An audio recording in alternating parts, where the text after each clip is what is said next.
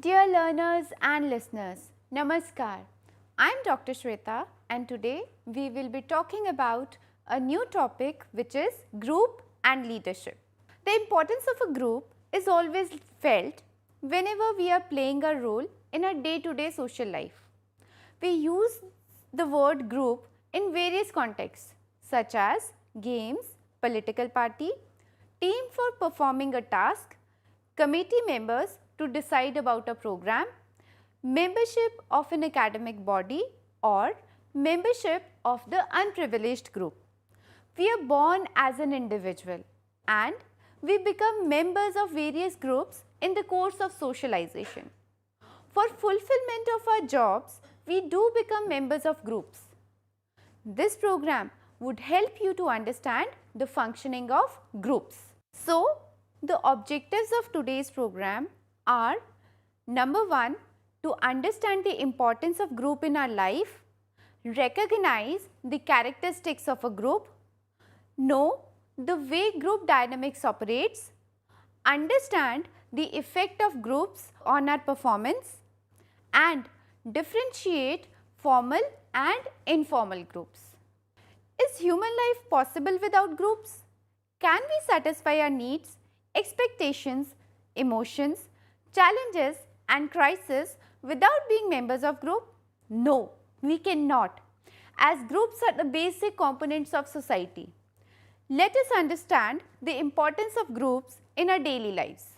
The moment we are born into this world, we immediately become a part of a group, that is our family.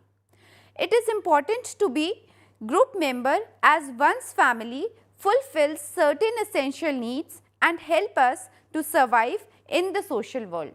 Each group has a common sense view of the world, and as the baby grows, he or she learns what is expected of him or her to become a productive member of the group. Soon, the young child comes to acquire a sense of self and comes to develop a personality. Groups like family help to transmit culture of one's society by the process of socialization. We can be member of various groups such as political, religious, ethnic, sports, music and cultural group that allows us to pursue our needs and goals. Such groups help us to make our life more meaningful and comfortable. Before we move on, we must also know that what are the various characteristics of the groups. A group actually is a collection of individuals who work together so as to contribute towards a common aim or goal under the direction of a leader. Members define themselves as group members and they have a strong we feeling, that is, we belong to this group. This is actually a psychological feeling of belongingness to each other. Group members are engaged in frequent interaction and they affect the behavior of each other because they are meeting each other on a frequent basis. Group members share common norms and mutual interests and values. They depend upon each other and also rely for fulfillment of their needs and the survival of the group. Members of a group are aware of rules and regulations that are to be followed, as it helps maintain order and discipline. Groups vary in size. They can be large or small. A family can consist of 4 members or a traditional joint family can consist of 50 members or more. A political party can be of 100 members or of a few thousand. This was all about the characteristics of the group. We must also know that what are the group dynamics. The behavior of one member influences the behavior of other members in the group. This process of influencing each other's behavior pattern in a group is called group dynamic. Group dynamics is affected by factors of individual personality, social situation and cultural traditions. Group dynamics varies in different kinds of group situations. Cohesiveness refers to the shared perspective which binds the members of a group or community. At the time of external threat, people have a tendency to fight unitedly to ward off the common threat. During war times, this feeling of togetherness soars because of common threat perceived by the group. For example, when terrorists attacked Mumbai Taj Hotel on 26/11/2008, the people of Mumbai united, forgetting regional, linguistic and community differences. Another important term which is there in the group dynamics is known as conformity. It is important to understand the concept of conformity while describing group processes. Conformity is getting affected by how the behavior of others change our own behavior by changing our belief. There are two types of conformity. Sometimes we conform to others without believing it. This type of outward conformity is called compliance. If our compliance is to an explicit command or acting according with a direction, it is called obedience. The sincere inward conformity is a process when we are genuinely convinced, and it is called acceptance. For instance, it is suggested that morning walk is useful for health and we start doing so. So, it is clear that there are two types of conformity. One conformity means that we are abiding by what others are saying, what the external force is saying, that is known as compliance and obedience. And another is that when we have a feeling from within to change our behavior, and this is known as acceptance. Now, let us come up to the next topic of today's discussion, which is difference between us and them. Do you not like your friends more as compared to other peers in your social world? And if you are a sports fan, do you not like to cheer for your home during match rather than for visitors team? Yes. We have a more positive attitude towards our group. There is a natural tendency of humans to form groups based on common identity. We tend to categorize people on the basis of shared characteristics. We automatically categorize people on the basis of sex, age and religion. Why do we categorize people into us and them? We categorize people because it is a quick and easy way of dealing with people. Responding to every person as an individual would create an overload on perceiver's cognitive assessment of the person. However, if we have enough time and information, then we tend to make a more accurate perception of the person or group. Let us now also know about the group's effect on performance. The effect of a group on performance can be positive or it can be negative. There are some important concepts that can help us understand the effect of groups.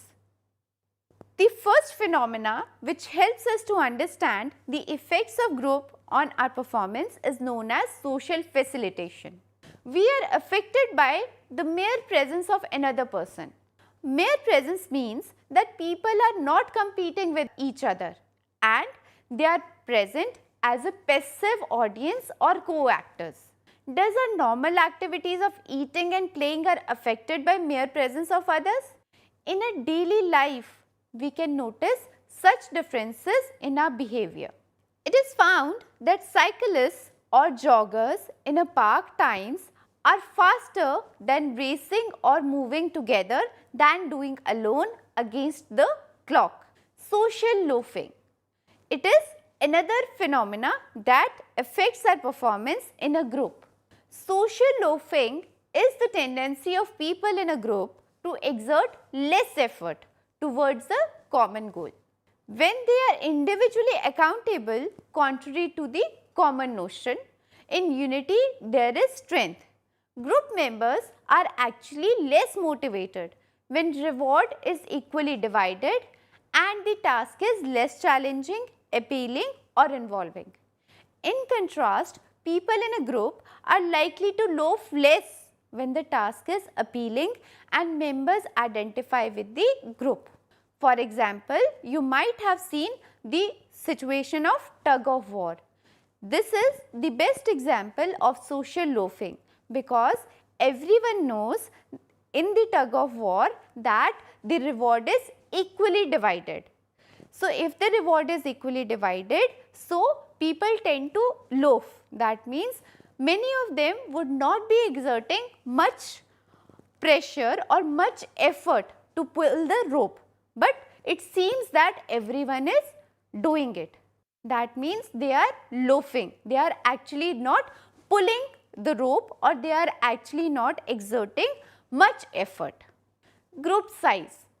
The bigger the group size, the more its members lose self-awareness and in an aroused state are more likely to commit mob atrocities of looting, burning or lynching. An aroused mob enables its members to believe they will not be persecuted. They perceive the action as that of groups. That means there is a greater tendency to commit crimes when you are doing it or when one is doing it in groups. Group polarization. It is another phenomena that affects the decision making when we are deciding on something in a group. When a group has to make a decision, the members meet. It is noticed that while the discussion is going on, there is a strong tendency for the group decision to shift to be more extreme and very risky. When one holds a given opinion or position with regard to a topic, then during a group discussion, information supporting one's viewpoints help us to validate our beliefs and opinion.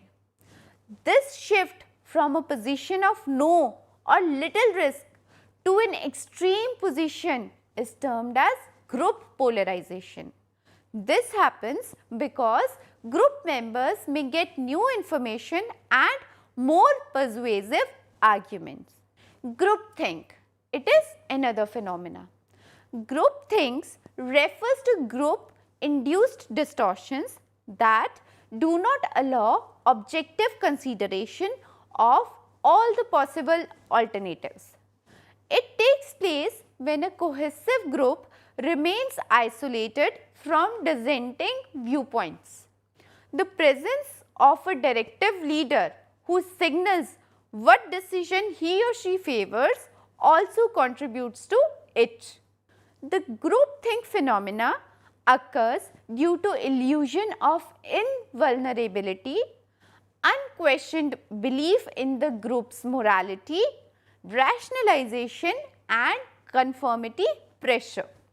Now, this was all about that what are the various phenomena that affect the performance or the decision making during group processes. But we must also know that there are different types of group. Basically, there are two types of groups. One is formal group and another is informal group. Let us understand what is formal group first.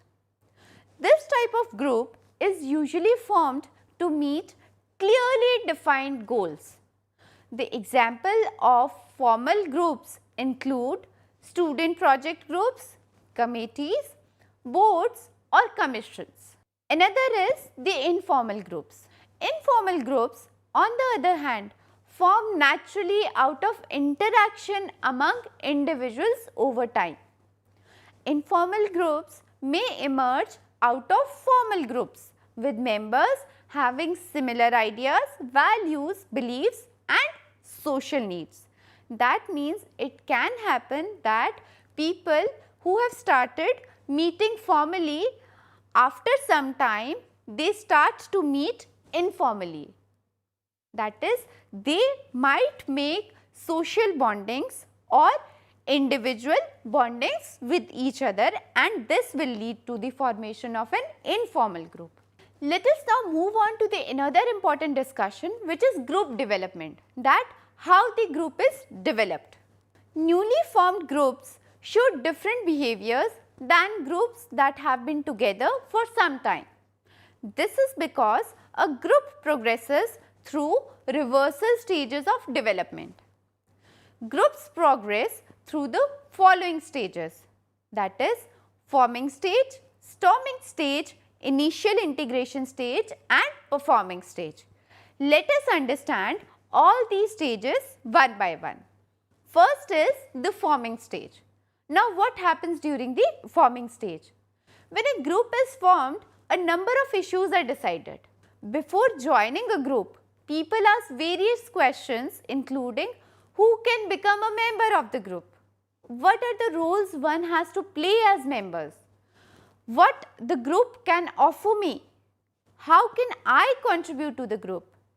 In the first stage, the group defines its behavior for the members and finalize the goals of the group. Then comes the storming stage. In this stage, members feel comfortable to express their feelings. Differences in attitudes and needs are widely noticed during this stage. The internal and external demands create conflicts among the members.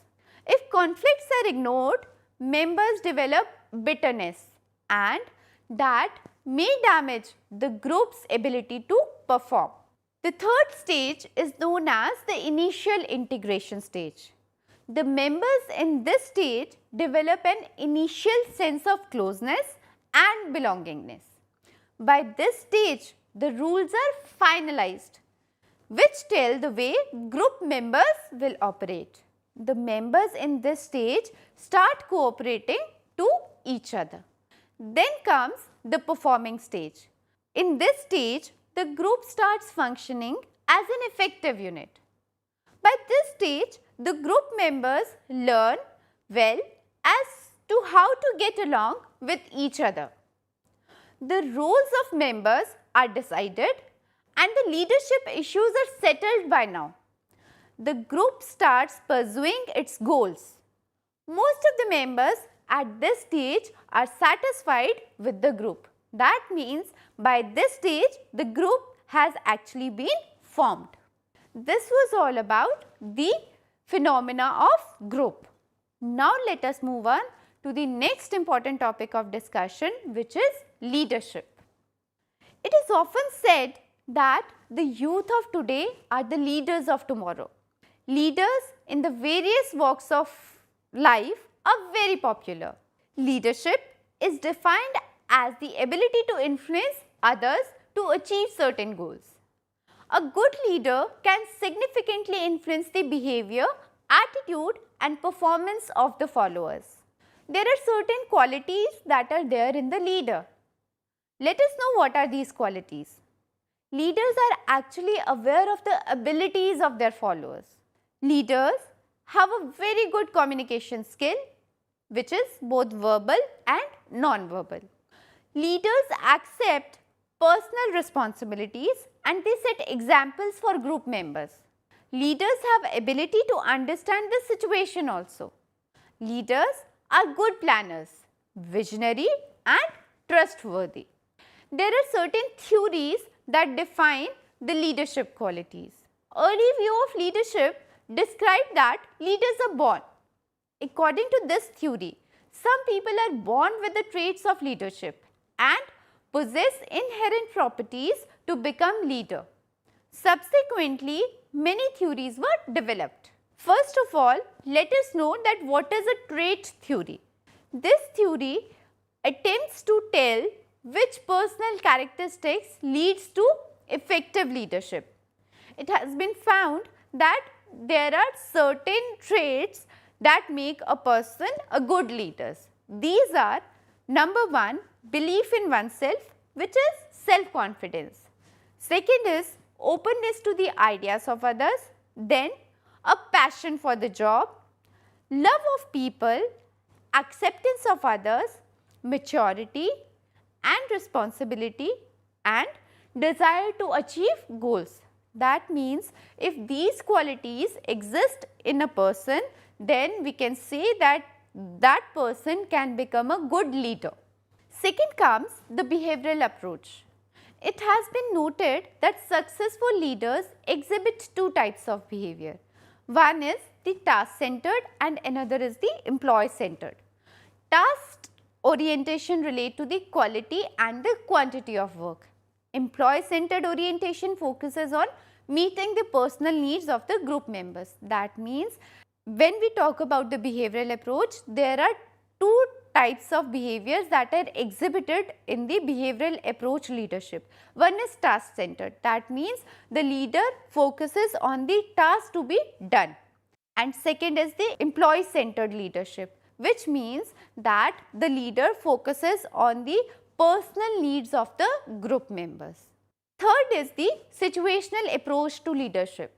What is situational approach? We often notice that situational variables play important role in effective leadership. The effectiveness of a particular style of leadership behavior depends on the situation.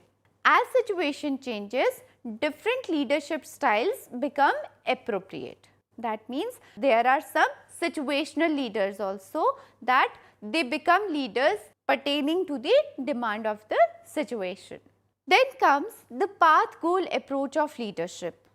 Path goal theory focuses on how leaders influence followers' expectations. According to it, leader behavior is acceptable when followers view it as a source of satisfaction or showing the way to future satisfaction. The four styles of leadership that are identified by path goal theory are: number 1, directive style provides guidance to followers about what should be done and how to do it, that is, what is the path and how they will be doing it. Second is supportive style is primarily concerned with establishing interpersonal relations with the followers. Third point that is important according to path goal theory is participative style, and this style believes that followers' participation improves the quality of decisions. Then comes the achievement oriented style, and it sets challenging goals for the followers. Minimal supervision is required with this style of leadership. Then comes the charismatic leadership. This kind of leadership focuses on the interpersonal transactions between leaders and followers. Leaders are engaged in behaviors that maintain a quality interaction between themselves and followers. Charismatic leaders have the following characteristics. They offer an unusual or far out vision of reality. They make sacrifices or take risks to further their vision. They use unconventional methods to achieve their goals. They communicate with confidence. Charismatic leadership transforms followers by creating changes in their goals, values, needs, beliefs and aspirations. They accomplish this transformation by appealing to followers' selves. Now, this was all about today's program, but before I end up, I would want to summarize that what we have done today. We discussed that two or more persons interacting for some time having common goal constitute a group. Group is required to satisfy our individual needs and expectations.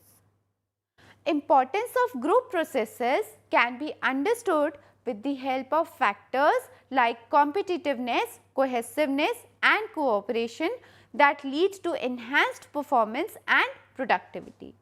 We also discussed that group processes help understanding the different aspects of group behavior at village, caste and community level.